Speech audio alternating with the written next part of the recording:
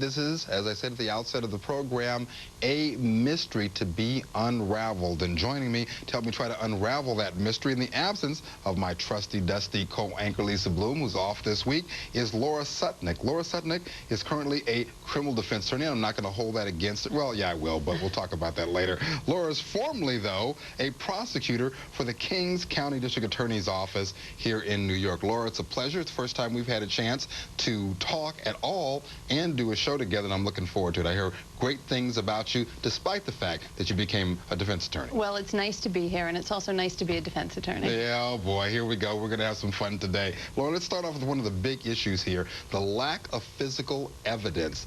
This is a case that started off many years before the actual prosecution, so approximately 5 years. And the timeline, basically, for our viewers so we're all on the same page, the disappearance of the victim takes place, and not for another 2 years is her body found. And although her husband was indeed a suspect initially, it takes another 2.5, nearly 3 years before there is indeed a prosecution brought. Now, Laura, nothing really happens with regard to this case that couldn't have happened or didn't exist at the time this victim initially disappeared. Nothing is added by finding the remains, a skull, unfortunately, and only 7 bones were found. Why wait so long? Well, I think that the prosecutor was having some problems with the lack of evidence. And as you know, at the end of the case, the judge is going to tell the jury, you have to look at the evidence and the lack of evidence.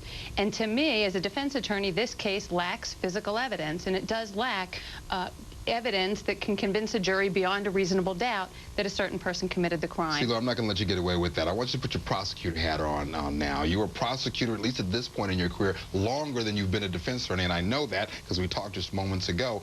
As a prosecutor, you've gained nothing.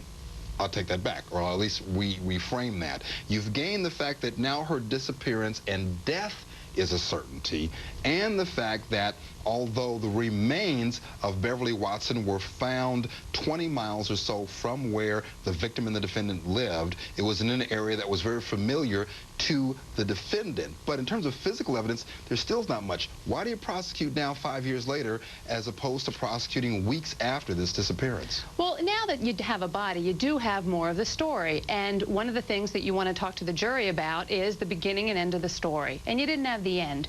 You know what you thought it was, but you didn't have an answer. And with so many questions, it would have been more difficult to prosecute without the body.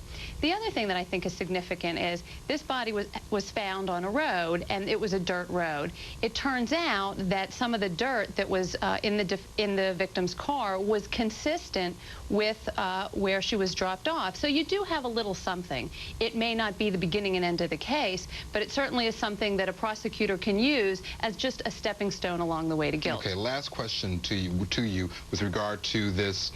And I don't mean this in a pejorative sense with regard to the prosecutions and law enforcement. I know it took a lot of work to bring this case to trial, but yet and still, for lack of a better term, a delay.